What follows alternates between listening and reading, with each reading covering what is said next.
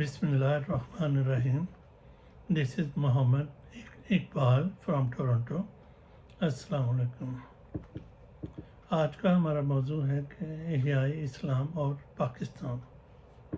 یہ ایک بہت بڑا موضوع ہے اور میری کوئی علمی حیثیت نہیں کہ میں اس ٹاپک پہ بات کروں. اس کلپ کو بنانے کی وجہ یہ پیش آئی کہ وہ میں نے جناب سراج الحق صاحب کا ایک کلپ سوشل میڈیا پہ دیکھا، جس میں جب آپ نے جماعت اسلامی کی امارت سے مستعفی ہونے کا اعلان کیا بیکاز آپ ان کی جماعت یہ فروری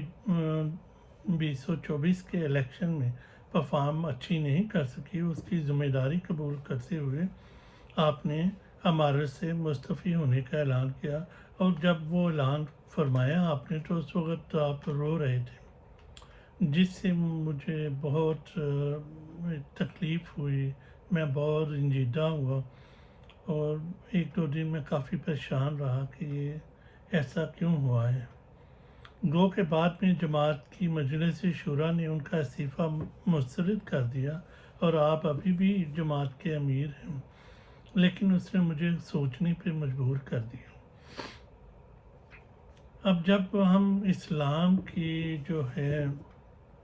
انڈسٹریل ریولوشن کے بعد ماڈرنائزیشن اور اسلام پہ ہم دیکھیں تو اس میں مصر کے ایک سکالر ہیں جو محمد عبدو، ان کے بعد جو سب سے زیادہ بہترین کام جو کیا ہے وہ پاکستانی سکالر حضرت مولانا مودودی رحمۃ اللہ علیہ نے کیا، جس کو ورلڈ میں بھی ریکگنائز کیا جاتا ہے. ان کے کام کو اور یونیورسٹیوں میں پڑھایا بھی جاتا ہے.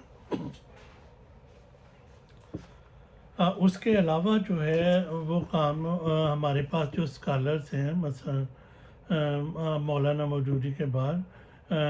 ڈاکٹر اسرار رحمۃ اللہ علیہ، اور اس کے بعد ہیں جناب تقی عثمانی ہیں، مولانا اسحاق ہیں، اور آج کل جو نیو جنریشن کو یوتھ کو بہت امپریس کر رہے ہیں اپنی وہ جو مسلم آئیڈینٹی کی سائیکالوجی پہ اور اس پہ جناب ساحل عدیم صاحب ہیں. لیکن بدقسمتی یہ ہے کہ بحیثیت قوم ہم نے اپنے اس اسکالر کے کام سے فائدہ نہیں اٹھایا اور اپنے سسٹم کو ہم ٹھیک نہیں کر سکے، اس کو یوز نہیں کر سکتے احیاء اسلام کے لیے. یہ بڑی بدقسمتی ہے. جو تنظیمی لیول پر 1947 سے لے کے آج تک جو کوئی قابل ذکر تنظیمی لیول پر اسلام کے لیے کوششیں ہوئی ہیں، ان میں سر فہرست ہے جماعت اسلامی ہے،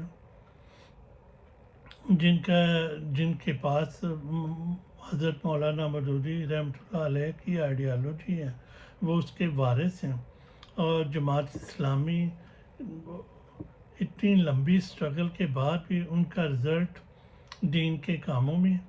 اور سیاست کے کاموں میں ان کی اچیومنٹ زیرو ہے. نہ تو وہ حضرت مولانا مودودی رحمۃ اللہ علیہ جیسا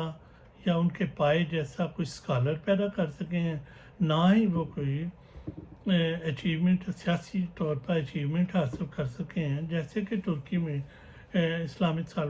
سالویشن فرنٹ نے کیا. اور آج بھی وہ ترکی میں وہ جو ہے صدر اردگان اس کی نمائندگی کرتے ہوئے انہوں نے سسٹم چینج کر دیا. حالانکہ وہ پیور اسلامک نہیں ہے، وہ سیکولر اور اسلام کا مکسچر ہے ان کا، لیکن بہرحال انہوں نے کامیابی حاصل کی. اور اتنا لمبا عرصہ گزارنے کے بعد جماعت اسلامی نے کوئی کامیابی حاصل نہیں کی، بلکہ حالیہ الیکشن میں جماعت کی کارکردگی بالکل زیرو رہی. حالانکہ ان کے پاس بہترین آئیڈیالوجی ہے، مولانا کا کام ہے، آپ نے خلافت ملوکیت میں اتنا زبردست کام کیا ہے، ہر چیز ڈاکومنٹ ہے، لیکن وہ پبلک تک جماعت اسلامی جو ہے مولانا کا پیغام پہنچانے میں ناکام رہے. دوسری قابل ذکر جماعت ہے تنظیم اسلامی، حضرت ڈاکٹر اسرار رحمۃ اللہ علیہ کی جماعت تنظیم ڈاکٹر اسرار کی زندگی میں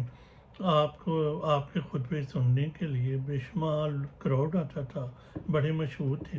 لیکن آپ چونکہ ووٹ کی سیاست پہ یقین نہیں رکھتے تھے، آپ کا خیال تھا کہ ہم دعوت اسلامی دے کے لوگوں کو ہم منظم کر کے معاشرے میں انقلاب برپا کر دیں گے، لیکن وہ کوشش بھی ناکام ہوئی۔ اور تنظیم اسلامی جو ہے ڈاکٹر اسرار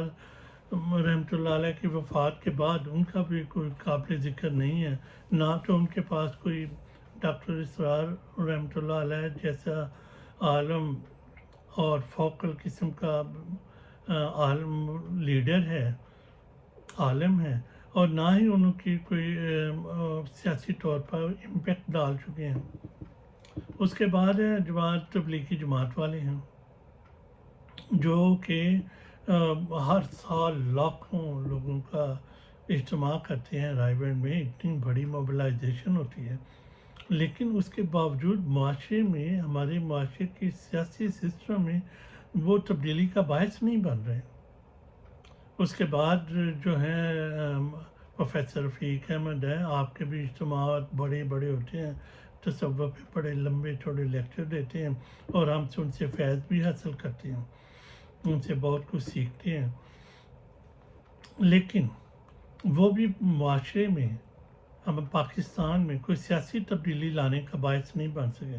اب ایک نئی آواز ابھری ہے، جناب ساحل عظیم صاحب، اللہ تعالیٰ ان کی زندگی میں، ان کے کام میں برکت عطا فرمائے، اور انہیں عالم اسلام کے لیے اور پاکستان کے لیے کسی بڑے کام کے لیے چن لے۔ ہم سب ان سے بہت سیکھتے ہیں۔ آپ ہماری یوتھ کو بہت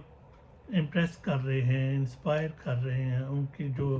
بیسک جو کام ہے ان کا مسلم آئیڈیالوجی، مسلم آئیڈینٹی پہ، اس پہ یوتھ بہت متوجہ ہو رہی ہے۔ تو اب